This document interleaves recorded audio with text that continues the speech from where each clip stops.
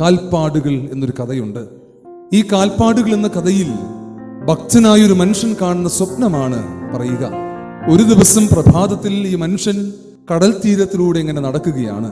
നടക്കുവാൻ സുഖമുള്ള ഇടമാണ് കടൽ തീരം. കടൽ കാറ്റേറ്റ് പതുപതുത്ത മണലിലൂടെ ഈ മനുഷ്യൻ ഇങ്ങനെ മെല്ലെ മെല്ലെ നടക്കുകയാണ്. കുറച്ചു ദൂരം നടന്ന ഈ മനുഷ്യൻ തന്റെ പുറകിലേക്കൊന്ന് തിരിഞ്ഞു നോക്കിയപ്പോ തന്റെ പുറകിൽ 4 കാൽപ്പാടുകൾ കാണുന്നുണ്ട്.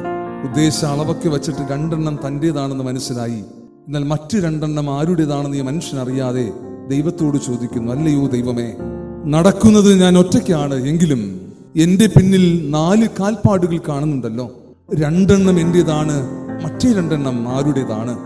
ദൈവശബ്ദം ഭക്തനായ മനുഷ്യൻ കേട്ടത്, അല്ലയോ പ്രിയപ്പെട്ടവനെ, നീ നടക്കുന്ന ഈ കടൽ തീരത്തിലൂടെ നിന്നോടൊപ്പം ഞാൻ നടക്കുകയാണ്. നീ കണ്ട 4 കാൽപ്പാടുകളിൽ 2 നിന്റേതും 2 എന്റേതുമാണ് എന്നതാണ്. വലിയ സന്തോഷമായി ഈ മനുഷ്യൻ വീണ്ടും ഇങ്ങനെ മുൻപോട്ട് യാത്ര തുടർന്നു.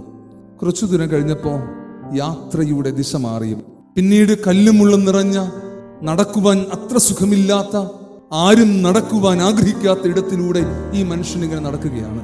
കുറച്ചു ദൂരം ചെന്നപ്പോ വീണ്ടും ഈ മനുഷ്യൻ പുറകിലേക്കൊന്ന് തിരിഞ്ഞു നോക്കി. എന്നാൽ അവിടെ ഈ മനുഷ്യൻ കാണുന്നത് വെറും 2 കാൽപ്പാടുകളാണ്. ഒത്തിരി സങ്കടമായി ദൈവത്തോട് ഈ മനുഷ്യൻ ചോദിച്ചത്, അല്ലയോ ദൈവമേ, നടക്കുവാൻ സുഖമുള്ള ഇടത്ത്, നടക്കുവാൻ ആഗ്രഹിക്കുന്ന ഇടത്ത് അങ്ങ് എന്നോടൊപ്പം കൂടെ നടന്നു.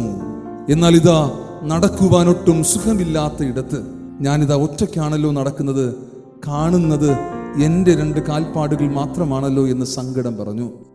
ദൈവശബ്ദം വീണ്ടും ഈ മനുഷ്യൻ കേട്ടത് ഇങ്ങനെയാണ്, അല്ലയോ പ്രിയപ്പെട്ടവനെ, നടക്കുവാൻ സുഖമുള്ള ഇടത്ത് ഞാൻ നിന്നോടൊപ്പം നടന്നു, നീ 4 കാൽപ്പാടുകൾ കണ്ടു. എന്നാൽ നടക്കുവാൻ നീ ഇഷ്ടമില്ലാത്ത ഇടത്ത്, നടക്കുവാൻ പ്രതിസന്ധികളുള്ള ഇടത്ത് നീ കണ്ട ആ 2 കാൽപ്പാടുകൾ നിന്റേതല്ല, അത് എന്റേതാണ്. ഞാൻ നിന്നെ ഉള്ളം കരത്തിൽ വഹിച്ച് നടക്കുകയാണ് എന്നാണ്. 2025 ആണ്ടിൽ സന്തോഷത്തോടെ നാം ജീവിച്ച അനുഭവങ്ങളിലൊക്കെ നമ്മുടെ കർത്താവ് കൂടെ നടന്നു. എന്നാൽ നാം സങ്കടം അനുഭവിച്ച ജീവിതാവസ്ഥകളിൽ, ഹൃദയം നുറുങ്ങിയ ജീവിതാവസ്ഥകളിൽ, മനസ്സ് നൊമ്പരപ്പെട്ടു പോയ ജീവിതാവസ്ഥകളിൽ നാം ആ യേശുനാഥന്റെ കരങ്ങളിലായിരുന്നു എന്ന് തിരിച്ചറിയേണ്ടത് അനിവാര്യമാണ്. പലവിധമായ പ്രതിസന്ധികളും പ്രയാസങ്ങളും ഒക്കെ അനുഭവിച്ച് ദാരിദ്ര്യത്തിന്റെയും രോഗത്തിന്റെയും ഒക്കെ ജീവിത യാഥാർത്ഥ്യങ്ങളിലൂടെ കടന്നു പോയപ്പോ നാം യേശുനാഥന്റെ ഉള്ളം കരത്തിലായിരുന്നു. യേശു കർത്താവ് ഉള്ളം കരത്തിൽ നമ്മെ വഹിക്കുകയായിരുന്നു എന്ന് മനസ്സിലാക്കുക.